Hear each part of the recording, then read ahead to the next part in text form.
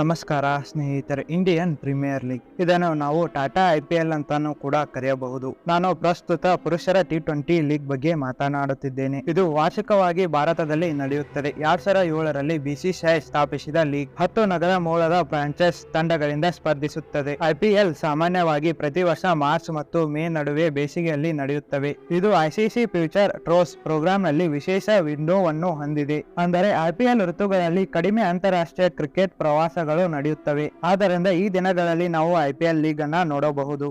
IPL ವಿಶ್ವದ ಅತ್ಯಂತ ಜನಪ್ರಿಯ ಕ್ರಿಕೆಟ್ ಲೀಗ್ ಆಗಿದೆ. 2014ರಲ್ಲಿ ಎಲ್ಲಾ ಕ್ರೀಡಾ ಲೀಗ್ಗಳಲ್ಲಿ ಸರಾಸರಿ ಹಾಜರಾತಿಯಿಂದ ಇದು 6ನೇ ಸ್ಥಾನದಲ್ಲಿದೆ. 2010ರಲ್ಲಿ IPL ಯೂಟ್ಯೂಬ್ ನಲ್ಲಿ ನೇರ ಪ್ರಸಾರವಾದ ಮೊದಲ ಕ್ರೀಡಾಕೂಟವಾಗಿದೆ. IPLನ ಯಶಸ್ಸಿನ ಆಧಾರದ ಮೇಲೆ ಇತರ ಭಾರತೀಯ ಕ್ರೀಡಾ ಲೀಗ್ಗಳನ್ನು ಸ್ಥಾಪಿಸಲಾಗಿದೆ. 2022ರಲ್ಲಿ ಲೀಗನ್ ಬ್ರಾಂಡ್ ಮೌಲ್ಯವು 90,038 ಕೋಟಿ ರೂಪಾಯಿ ಆಗಿದೆ. BCCIನ ಪ್ರಕಾರ 2015ರ IPL ಋತುವಿನಲ್ಲಿ ಭಾರತದ ಆರ್ಥಿಕತೆಗೆ GDPಗೆ 1,150 ಕೋಟಿ ರೂಪಾಯಿ ಕೊಡುಗೆ ನೀಡಿದೆ. ಡಿಸೆಂಬರ್ 2022ರಲ್ಲಿ IPLನ USA $10.9 ಶತಕೋಟಿ ಮೌಲ್ಯದ ಡೆಕಾಕಾರ್ನ್ ಆಗಿ ಮಾರ್ಪಟ್ಟಿತ್ತು. 2020ರಿಂದ $6.2 ಶತಕೋಟಿ ಮೌಲ್ಯದ ಮೌಲ್ಯದಲ್ಲಿ ಶೇಕಡಾ 75 ಬೆಳವಣಿಗೆಯನ್ನು ದಾಖಲಿಸಿದೆ. ಸಲಹಾ ಸಂಸ್ಥೆ ಡಿ ಮತ್ತು ಪಿ ಅಡ್ವೈಸರಿ ವರದಿಗಳ ಪ್ರಕಾರ ಇದು 2023ರ ಅಂತಿಮ ಪಂದ್ಯವು 32 ಮಿಲಿಯನ್ ವೀಕ್ಷಕರನ್ನು ಹೊಂದಿರುವ ಜಾಲತಾಣದಲ್ಲಿ ಅತ್ಯಂತ ಹೆಚ್ಚು ಸ್ಟ್ರೀಮ್ ಮಾಡಿದ ಲೈವ್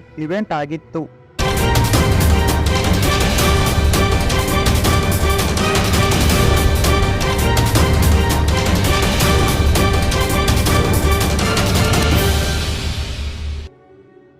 ಇನ್ನು IPLನ ಇತಿಹಾಸ ಬಗ್ಗೆ ತಿಳಿದುಕೊಳ್ಳೋಣ. ನೀವು ಈ ಲಿಸ್ಟಿನಲ್ಲಿ ನೋಡಿ ಯಾವ ವರ್ಷ ಯಾವ ತಂಡ ವಿನ್ ಆಗಿದೆ ಎಂದು. 2007ರಲ್ಲಿ Zee entertainment enterprises Indian cricket league ICL ಅನ್ನು ಸ್ಥಾಪಿಸಿತು. ICL ಅನ್ನು ಭಾರತೀಯ ಕ್ರಿಕೆಟ್ ನಿಯಂತ್ರಣ ಮಂಡಳಿ BCCI ಅಥವಾ ಇಂಟರ್ನ್ಯಾಷನಲ್ ಕ್ರಿಕೆಟ್ ಕೌನ್ಸಿಲ್ ಗುರುತಿಸಿರಲಿಲ್ಲ ಮತ್ತು BCCIಗೆ ತನ್ನದೇ ಆದ ಸಮಿತಿ ಸದಸ್ಯರು ICL ಕಾರ್ಯಕ್ಕಾಗಿ ಮಂಡಳಿಗೆ ಸೇರಿಸುವ ಬಗ್ಗೆ ಅತೃಪ್ತಿ ಹೊಂದಿತ್ತು. ಆಟಗಾರರು ICLಗೆ ಸೇರುವುದನ್ನು ತಡೆಯಲು BCCI ತನ್ನ ವಿದೇಶಿ ಪಂದ್ಯಾವಳಿಗಳಿಗೆ ಸಂಬಂಧಿಸಿದ ಬಹುಮಾನದ ಹಣಗಳನ್ನು ಹೆಚ್ಚಿಸಿತು ಮತ್ತು ಪ್ರತಿಸ್ಪರ್ಧಿ ಲೀಗಿಗೆ ಸೇರುವ ಯಾವುದೇ ಆಟಗಾರನ ಮೇಲೆ ಜೀವಮಾನದ ನಿಷೇಧವನ್ನು ವಿಧಿಸಿತು. ಇದನ್ನು BCCI ಬಂಡಾಯ ಲೀಗ್ ಎಂದು ಪರಿಗಣಿಸಿತು. ಇನ್ನು IPLನ ಅಡಿಪಾಯ 13 ಸೆಪ್ಟೆಂಬರ್ 2007ರಂದು 2007ರ T20 ವಿಶ್ವಕಪ್ನಲ್ಲಿ ಭಾರತ ವಿಜಯದ ನಂತರ BCCI ಫ್ರಾಂಚೈಸ್ ಆಧಾರಿತ T20 ಸ್ಪರ್ಧೆಗಳನ್ನು ಇಂಡಿಯನ್ ಪ್ರೀಮಿಯರ್ ಲೀಗ್ ಎಂದು ಘೋಷಿಸಿತು. ಮೊದಲ ಋತುವಿನಲ್ಲಿ IPL 2008ರಲ್ಲಿ ನವದೆಹಲಿಯಲ್ಲಿ ಹೈ ಪ್ರೊಫೈಲ್ ಸಮಾರಂಭದೊಂದಿಗೆ ಪ್ರಾರಂಭಿಸಲು ನಿರ್ಧರಿಸಲಾಗಿತ್ತು. IPL ಪ್ರಯತ್ನದ ನೇತೃತ್ವ ವಹಿಸಿದವರು BCCI ಉಪಾಧ್ಯಕ್ಷ ಲಲಿತ್ ಮೋದಿ. ಪಂದ್ಯಾವಳಿಯ ಸ್ವರೂಪ, ಬಹುಮಾನದ ಹಣ, ಫ್ರಾಂಚೈಸಿ ಆದಾಯ ವ್ಯವಸ್ಥೆ ಮತ್ತು ತಂಡದ ಸಂಯೋಜನೆ ನಿಯಮವನ್ನು ಒಳಗೊಂಡಂತೆ ವಿವರಗಳನ್ನು ಒದಗಿಸಿದ್ದಾರೆ. 7 ಜನ ಆಡಳಿತ ಮಂಡಳಿಗಳಿಂದ ನಡೆಸಲ್ಪಡುವ ಹೊಸ ಲೀಗ್ ಇದು ಆ ವರ್ಷದ ಚಾಂಪಿಯನ್ಶಿಪ್ T20 ಲೀಗ್ಗೆ ಕಾರ್ಯವಿಧಾನವಾಗಿದೆ. ತಂಡದ ಮಾಲೀಕತ್ವವನ್ನು ನಿರ್ಧರಿಸಲು ಫ್ರಾಂಚೈಸಿಗಳ ಹರಾಜನ್ನು 24 ಜನವರಿ 2008ರಂದು ನಡೆಸಲಾಯಿತು. 8 ಫ್ರಾಂಚೈಸಿಗಳ ಮೀಸಲು ಬೆಲೆಗಳು ಒಟ್ಟು $400 ಮಿಲಿಯನ್. ಹರಾಜಿನಲ್ಲಿ ಒಟ್ಟು $723.59 ಮಿಲಿಯನ್ ಸಂಗ್ರಹಿಸಲಾಯಿತು. ICLನಲ್ಲಿ ಭಾಗವಹಿಸಲು ಆಯ್ಕೆ ಮಾಡುವ ಆಟಗಾರರ ಮೇಲೆ ಹೇರಿದ ನಿಷೇಧದ ಪರಿಣಾಮವಾಗಿ ಪ್ರತಿಸ್ಪರ್ಧಿ ಲೀಗ್ 2008ರಲ್ಲಿ ಮುಚ್ಚಲ್ಪಟ್ಟಿತು. ಇನ್ನು IPLನ ಸಂಸ್ಥೆಗಳ ಬಗ್ಗೆ ತಿಳಿದುಕೊಳ್ಳೋಣ. IPLನ ಪ್ರಧಾನ ಕಚೇರಿಯು ಮುಂಬೈನ ಚರ್ಚ್ ಗೇಟಿನಲ್ಲಿರುವ ವಾಂಖೇಡೆ ಸ್ಟೇಡಿಯಂನ ಪಕ್ಕದಲ್ಲಿರುವ ಕ್ರಿಕೆಟ್ ಸ್ಟೇಡಿಯಂನಲ್ಲಿದೆ. ಪಂದ್ಯಾವಳಿಯ ಸಂಘಟನೆ ಸೇರಿದಂತೆ ಲೀಗಿನ ಕಾರ್ಯಗಳಿಗೆ ಆಡಳಿತ ಮಂಡಳಿಯು ಜವಾಬ್ದಾರಿಯಾಗಿದೆ. ಏಪ್ರಿಲ್ 2023ರಂತೆ ಇಲ್ಲಿದೆ ನೋಡಿ ಸದಸ್ಯರುಗಳ ಲಿಸ್ಟ್.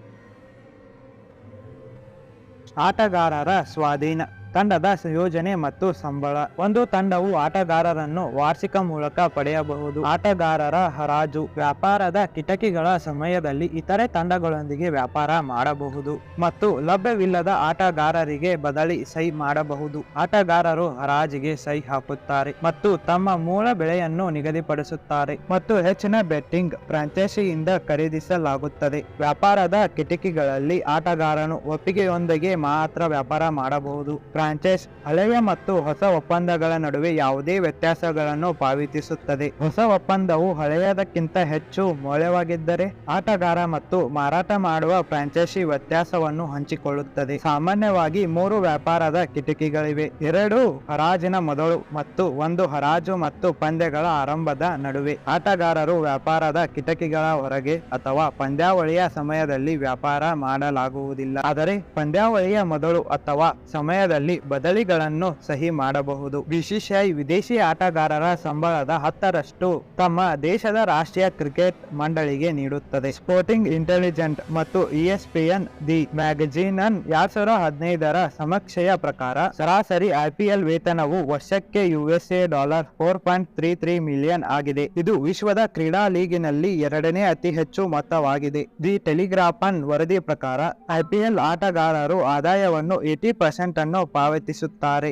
ಇದು ಇತರೆ ಪ್ರಮುಖ ಕ್ರೀಡಾ ಲೀಗ್ಗಳಿಗೆ ಹೋಲಿಸಿದರೆ ಕಡಿಮೆ ಮೊತ್ತವಾಗಿದೆ. ಇದರಲ್ಲಿ ಆಟಗಾರರು ಕನಿಷ್ಠ 50% ಆದಾಯವನ್ನು ಪಡೆಯುತ್ತಾರೆ.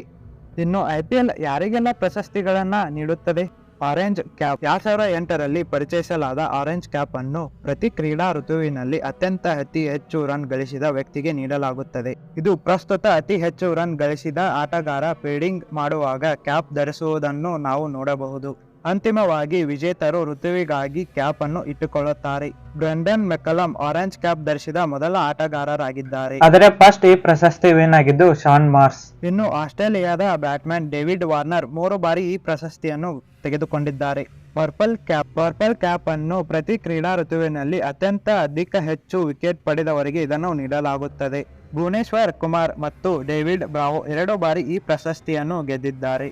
ತುಂಬಾ ಅಮೂಲ್ಯವಾದ ಆಟಗಾರ ಪ್ರಶಸ್ತಿ 2012ರ ಋತುವಿನವರೆಗೆ ಮ್ಯಾನ್ ಆಫ್ ದಿ ಟೂರ್ನಮೆಂಟ್ ಎಂದು ಕರೆಸಲ್ಪಡುವ ಅತ್ಯಂತ ಮೌಲ್ಯವಾದ ಆಟಗಾರ ಪ್ರಶಸ್ತಿಯನ್ನು 2013ರಲ್ಲಿ ಪರಿಚಯಿಸಲಾಯಿತು. ರೇಟಿಂಗ್ ವ್ಯವಸ್ಥೆಯನ್ನು ಬಳಸಿಕೊಂಡು ನೀಡಲಾಗುತ್ತದೆ. 2023ರಲ್ಲಿ ಶುಭಮನ್ ಗಿಲ್ ಪ್ರಶಸ್ತಿಯನ್ನು ಗೆದ್ದರು. ಫೇರ್ ಪ್ಲೇ ಪ್ರಶಸ್ತಿ ಪ್ರತಿ ಕ್ರೀಡಾ ಋತುವಿನ ನಂತರ ಅತ್ಯುತ್ತಮ ಫೇರ್ ಪ್ಲೇ ರೆಕಾರ್ಡ್ ಅನ್ನು ಹೊಂದಿರುವ ತಂಡಕ್ಕೆ ನೀಡಲಾಗುತ್ತದೆ. ಪ್ರತಿ ಪಂದ್ಯದ ನಂತರ 2 ಆನ್ ಫೀಲ್ಡ್ ಹಂಪರ್ಗಳು ಮತ್ತು 3ನೇ ಹಂಪರ್ 2 ತಂಡಗಳ ಕಾರ್ಯಕ್ಷಮತೆಯನ್ನ ಸ್ಕೋರ್ ಮಾಡಲಾಗುವುದು. ಋತುವಿನ ಕೊನೆಯಲ್ಲಿ ಹೆಚ್ಚು ಸ್ಕೋರ್ ಮಾಡಿದ ತಂಡವು ಈ ಪ್ರಶಸ್ತಿಯನ್ನು ಗೆಲ್ಲುತ್ತದೆ. 2023ರಲ್ಲಿ ಡೆಲ್ಲಿ ಕ್ಯಾಪಿಟಲ್ ಈ ಪ್ರಶಸ್ತಿಯನ್ನು ಪಡೆದುಕೊಂಡಿದೆ. ಉದಯೋನ್ಮುಖ ಆಟಗಾರ ಪ್ರಶಸ್ತಿ ಈ ಪ್ರಶಸ್ತಿಯು ಅದ್ಭುತವಾಗಿ ಪ್ರದರ್ಶನ ನೀಡುವ ಯುವ ಆಟಗಾರನಿಗೆ ನೀಡಲಾಗುತ್ತದೆ, ಅಂದರೆ ಅವನು 19 ವರ್ಷದ ಒಳಗಡೆ ಇರಬೇಕು. 2023ರಲ್ಲಿ ಯಶಸ್ವಿ ಜೈಸ್ವಾಲ್ ಈ ಪ್ರಶಸ್ತಿಯನ್ನು ಪಡೆದುಕೊಂಡಿದ್ದಾರೆ. ಗರಿಷ್ಠ ಸಿಕ್ಸರ್ ಪ್ರಶಸ್ತಿ ಋತುವಿನ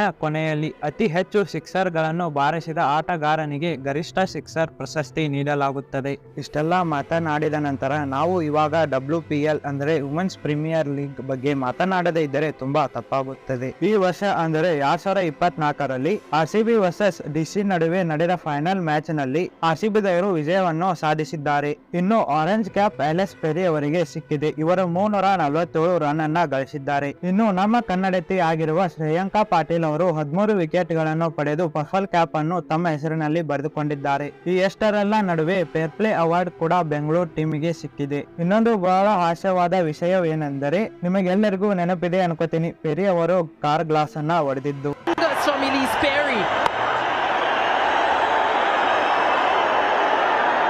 Yeah, I think she should get that vehicle. You break it, you keep it. ಆ ಕಾರ್ ಗ್ಲಾಸ್ ಹೊಡೆದಿದ್ದಕ್ಕೆ ಅವರಿಗೆ ಆ ಕಾರ್ ಗ್ಲಾಸಿನ ಗಿಫ್ಟ್ ಆಗಿ ಕೊಟ್ಟಿದ್ದಾರೆ. 19 ಫೆಬ್ರವರಿ 2024ರಂದು RCB ಪುರುಷರ ಅನ್ಬಾಕ್ಸಿಂಗ್ ಇವೆಂಟ್ ನಡೆಯಿತು. ಆ ಇವೆಂಟ್ ಬೆಂಗಳೂರಿನ ಚಿನ್ನಸ್ವಾಮಿ ಕ್ರೀಡಾಂಗಣದಲ್ಲಿ ನಡೆಯಿತು. WPL ಕಪ್ ಅನ್ನು ಹಿಡಿದುಕೊಂಡ ನಮ್ಮ ಎಲ್ಲ RCB ಪ್ಲೇಯರ್ಸ್ ಗಳು ಆ ಗೆದ್ದಿರುವ ಕಪ್ ನ ಪ್ರದರ್ಶನ ನಡೆಯಿತು. RCBದ ಕ್ಯಾಪ್ಟನ್ ಆಗಿರುವ ಶ್ರುತಿ ಮಂದನ ಅವರು ಕನ್ನಡದಲ್ಲಿ ಮಾತನಾಡಿದ್ದಾರೆ. It's not ಈ ಸಲ ಕಪ್ ನಮ್ದೇ, it's ಈ ಸಲ ಕಪ್ ನಮ್ದು. Absolutely well said, and I'm sure you practiced it as well, Smriti. I'm sure you unboxing event ನಲ್ಲಿ RCBದವರು ತಮ್ಮ ಹೊಸ ಜರ್ಸಿಯನ್ನ ಬಿಡುಗಡೆ ಮಾಡಿದ್ದಾರೆ. ಇನ್ನು RCBದ ಜರ್ಸಿ ಬಗ್ಗೆ ಮಾತನಾಡಬೇಕೆಂದರೆ ನೀಲಿ ಬಣ್ಣದ ಜೊತೆಗೆ ಕೆಂಪು ಬಣ್ಣದ ಕಾಂಬಿನೇಷನ್ ಹೊಂದಿದೆ.